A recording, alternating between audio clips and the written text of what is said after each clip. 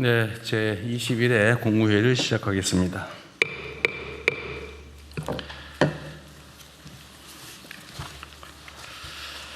안타까운 일이 벌어졌습니다. 우리 경북 청송 주황산에서 실종된 초등학생이 있습니다. 사흘째 수색을 하고 있는데 아직 발견을 못한 것 같습니다. 1분 1초가 다급한 상황인 만큼 수색에 필요한 모든 영역을 총동원해 주기 바랍니다. 실종아동이 조속히 가족의 품으로 돌아올 수 있게 하는 것은 국가가 해야 될 중요한 일일 것입니다. 수색은 주로 경찰에서 하고 있겠죠? 예, 그렇습니다. 어디 계세요? 네. 예. 지금 혹시 동원 인력이 얼마쯤 되는지 아십니까? 몇 명쯤 투입됐는지 알아보시고요. 예. 이게 지금 500명이 이틀 하는 것보다는 1000명이 하루 하는 게 좀 번잡하고 힘들긴 하겠지만 더 효율적일 수 있으니까.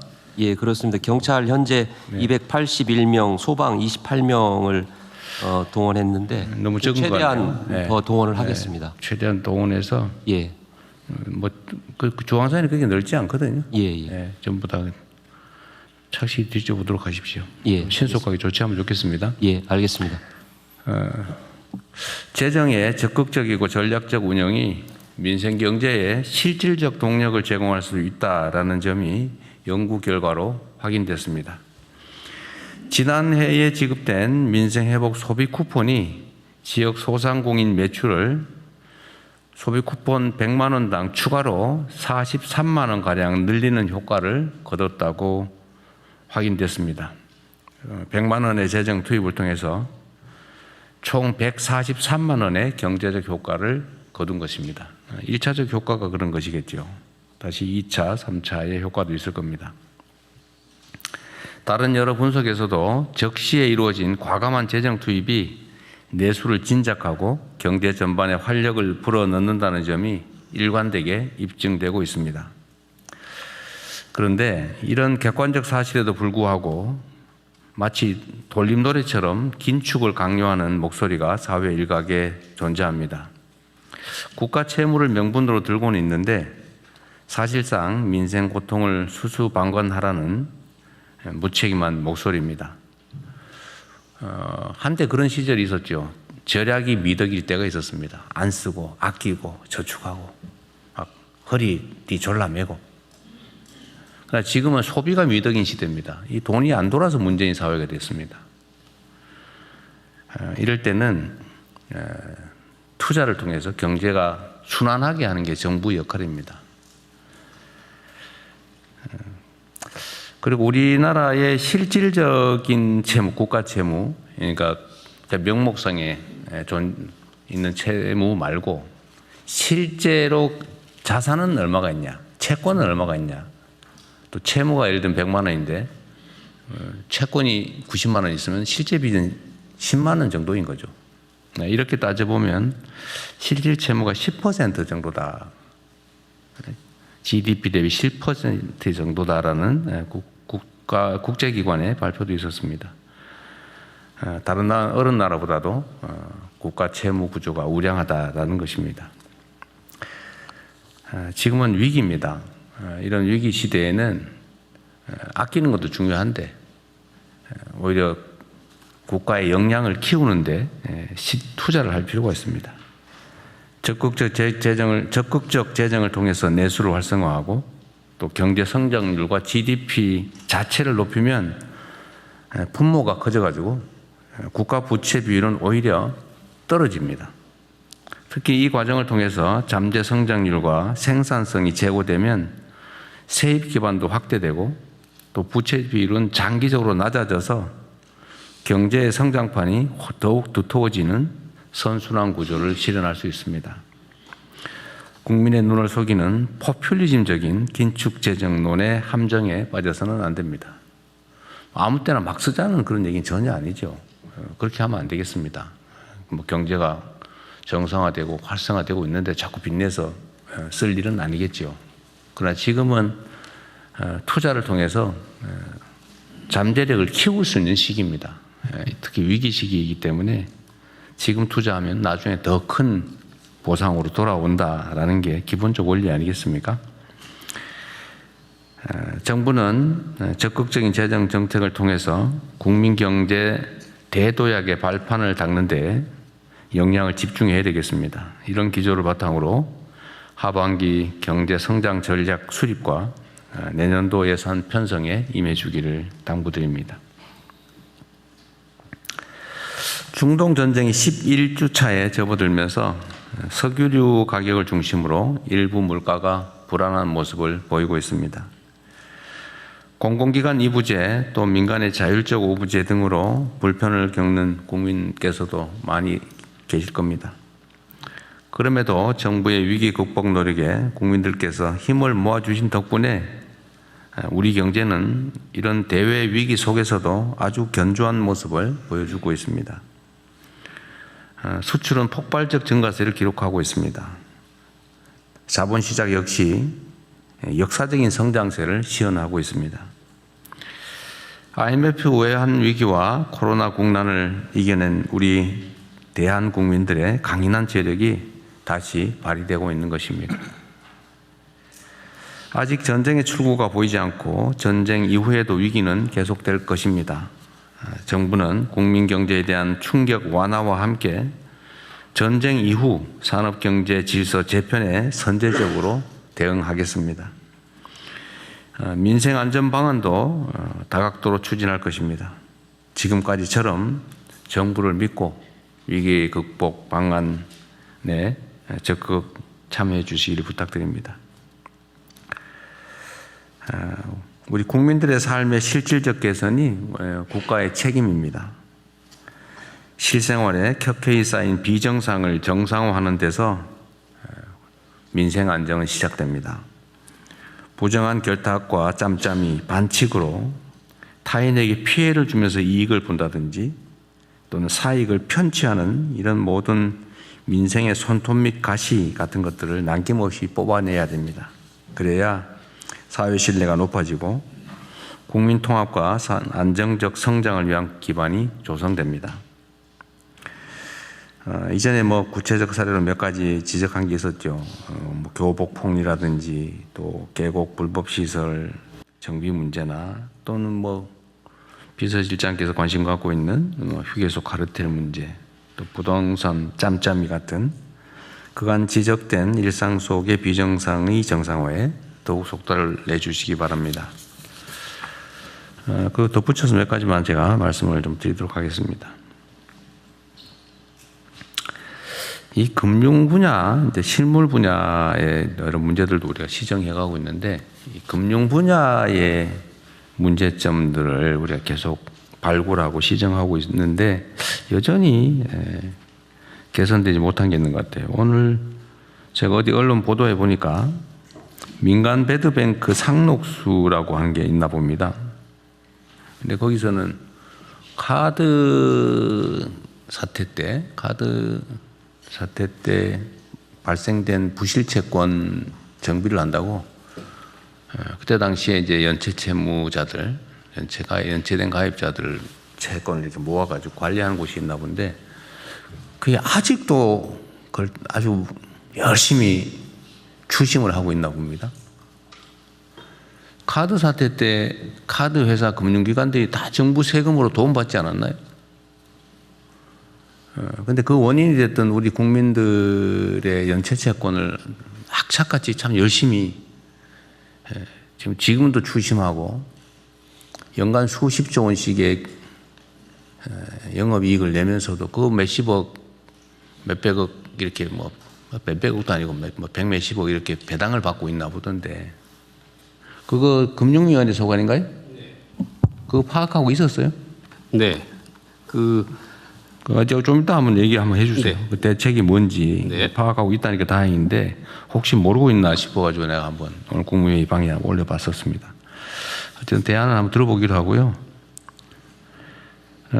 그리고 또 덧붙여서 이게 이런 기사도 있던데 50만 원 대출해주고 9일 만에 80만 원 상품권으로 받더라. 이건 명백하게 이자 제한 법 위반이죠. 우리 법무장관 맞죠?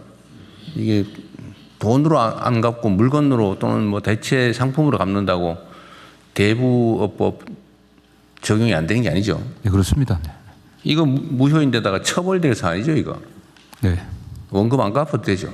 네, 지금 뭐 법률 이렇게 바뀌었습니다. 지금 이제 연간으로 따져서 수수료 뭐 명목을 불문하고 여하튼 실제 빌린 돈의 연간 60% 이상을 붙여서 뭔가를 받는다고 하면 원금도 안 갚아도 된다는 거죠. 그런 계약은.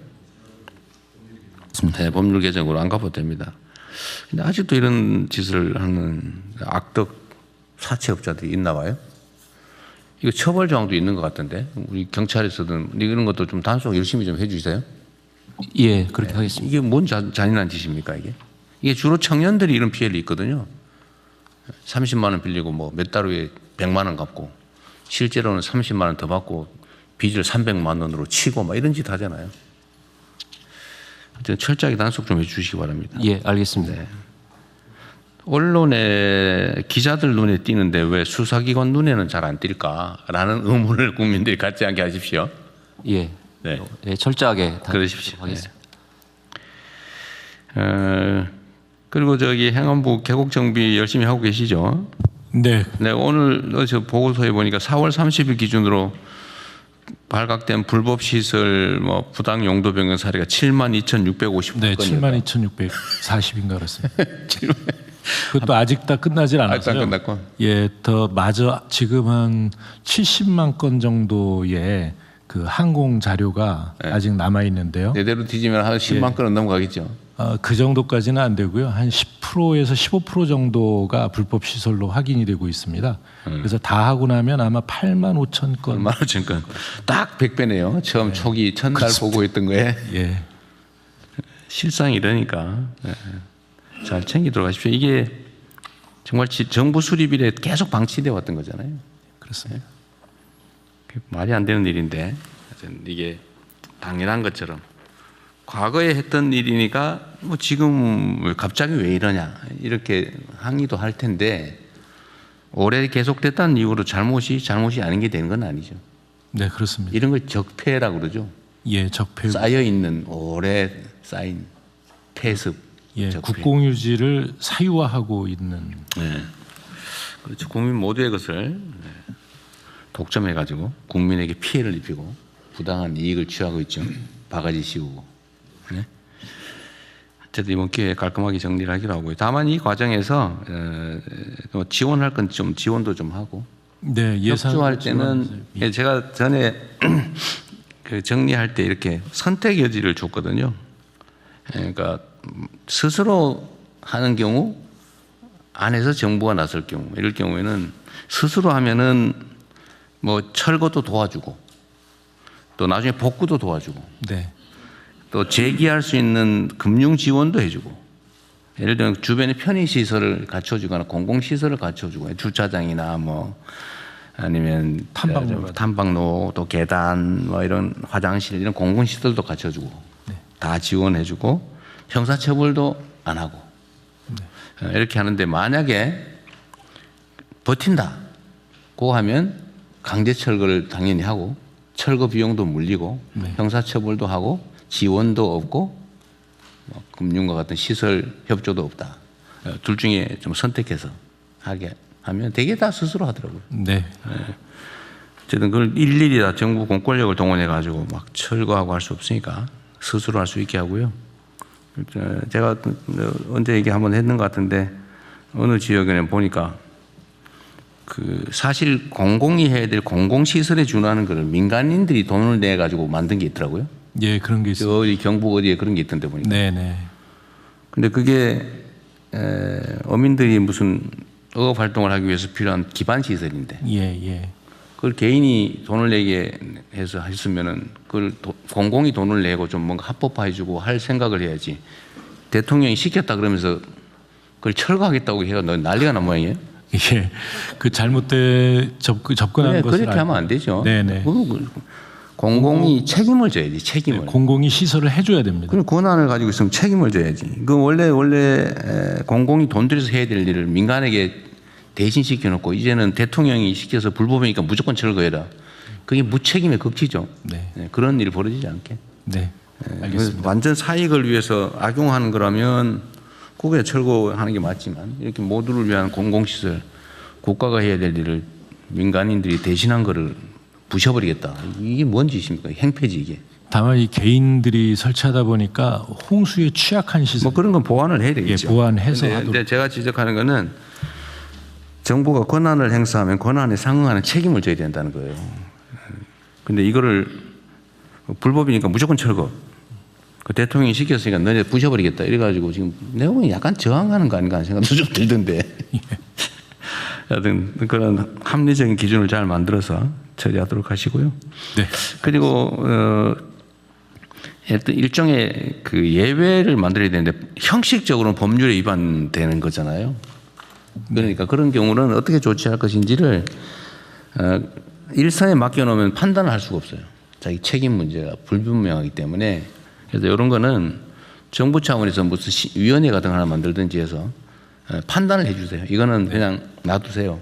이거는 이렇게 합법화를 해 주세요. 원래 있는 불법시설을 합법으로 전환하는 건 원칙적으로 안 되거든요. 네. 그러나 이런 걸 필요한 경우는 뭐 일부 지원 보조를 하고 소유권을 포기시키고 정부가 취득한 다음에 거기다 일부 보완 시설을 하고 하면 돼요. 포기 각서 받고. 네. 네. 어쨌든 그런 방식으로 가능한 방안을 좀 찾아보십시오. 예, 알겠습니다. 여름에 그 행락철 오기 전에 좀 우리 국민들께서 여름을 보내기에 불편하지 않도록 중요도에 따라서 급한 데부터 먼저 하도록 하십시오. 네, 알겠습니다. 네, 이상입니다. 아 그리고 저 금융위원회는 한번 아까 그 얘기 한번 해보세요. 네. 그 어떻게? 예. 이제 우리 정부 들어서서 말씀하신 대로 이렇게 금융기관이 오랫동안 보유하고 있는 장기 연체 채권 이거 한 번에 정리하기 위해서 저희들이 세도약 기금 지금 만들어서 네. 예, 재기 지원하고 계속해서 매입하고 있거든요. 그래서 이제 금융기관 간의 자발적인 협약을 통해서 저희들이 하고 있고요. 지금 2,753개 중에 2,736개, 99.4%가 협약에 가입해서 지금 채권 매입하고 그다음에 추심 중단시키고 소각하고 이렇게 하고 있습니다. 근데 이제 개별 금융기관이 아닌 이런 유동화 전문 회사라는 금융기관들이 출자해서 만든 이 회사가 있는데 여기 말씀하신 대로 카드 대란 사태 때 그때 만든 거였는데 저희들이 인지를 하고 계속해서 여기도 들어와라. 계속해서 협조 요청을 하고 공문까지 발송을 하고 그다음에 저희들이 이거 이렇게 했다고 일부 언론 같은 경우는 협박 강요한다고 비판 기사까지 날 정도로 억지로 하면 또 나중에 저 직권남용이니 뭐니 또 시끄러워질 수도 있겠네요. 네, 그래서 저희들 해명 자료 내고 이건 효율을 바탕으로 하는 거다 이렇게 했는데요. 근데 이제 이유는 이게 여러 기관들이 모여서 만든 주식회사다 보니까 주주 전체의 동의를 받아야 된다는 표면적인 이유인데 암만 해도 이익이 뒤에 자리 잡은 그런 측면이 있어서 소극적이어서 저희들이 이제는 그 기구에 아예 주주들, 주인들 아예 별도로 만나서 접촉을 해서 동의를 구해보는 방법. 그거를 네. 그러니까 억지로 할 수는 없죠. 그 뭐 개인 일종의 사유 재산인데 억지로 할 수는 없는데 그게 예를 들면 그 금융이 원래 좀 잔인하긴 하죠. 뭐 돈놀이하는 본질이 돈놀이니까 그죠. 그 잔인하긴 한데 그래도 이 정도가 있죠. 정도가 그 기업들이 요즘 도덕 경영, 윤리 경영 한다고 뭐 ESG니 뭐 이런 걸 사실은 펀드들이 투자에 참고하기까지 하지 않습니까? 그러니까 이거 뭐 억지로 할 수는 없지만 필요하면 이건 결국 법이란 국민적 합의인데 나는 그 카드 사태가 지금 몇 년이에요? 한 20, 30년 지나지 않았나? 네, 2002년, 2003년입니다. 20몇 년 지났어요?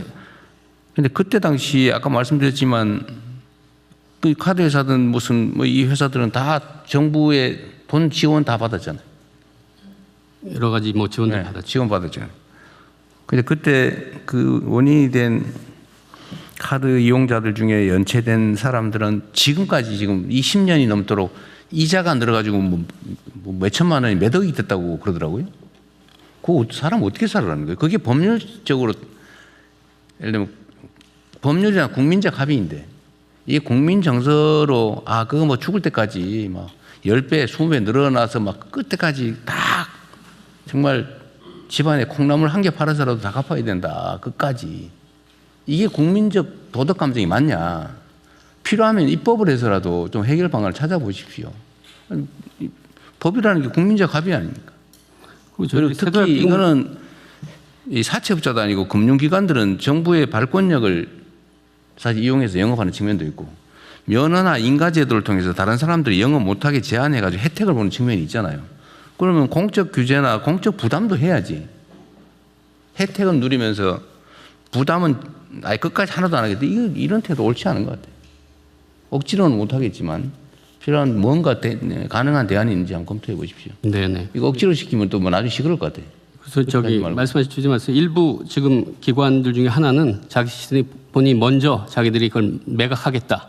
넘겨서 지금 보도자료 낸 것도 있고요. 그다음에 세도약 기금 자체가 일종의 사회적 합의였습니다. 7년 이상 이렇게 장기 연체된 거를 가지고 있어봐야 결국 그 사람들 괴롭히기만 하고 사회적으로 정상 경제 생활도 못 하고 네. 이번에 한번 정리를 해서 다시 재기 기회를 주는 게 우리 경제 사회로 해서 바람직하다 이런 사회적 합의가 있었기 때문에 금융기관들도 다 참여하고 이렇게 굴러가는 거고요. 아마 이 부분 같은 경우는 제가 보니까 아마 기본 주주들은 개별적으로 물으면 다 참여를 할 겁니다. 하여간 이 부분 같은 경우도 저희들이 해결하도록 다양한 방안을 좀 강구해 보도록 하겠습니다.